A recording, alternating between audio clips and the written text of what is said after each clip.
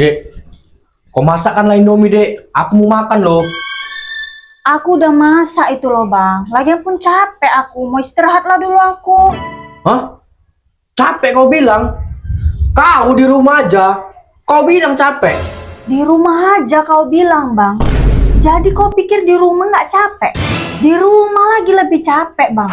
Baru lagi aku nyapu. Udah nyapu lagi. Itu piring. Udah entah berapa kali aku nyucinya. Setiap hari kayak gini aja terus. Nggak tahu entah kapan berhentinya. Belum lagi mikirkan mau masak apa. Kau mau makan yang enak-enak. Sementara uang belanja yang kau kasih sama aku pas-pasan. Kau pulang-pulang. Kok ini lauknya? Kalau kau tadi bang ngasih uang banyak, bisa lah kau milih-milih makanan. Yang kau pikirnya nggak capek di rumah ini.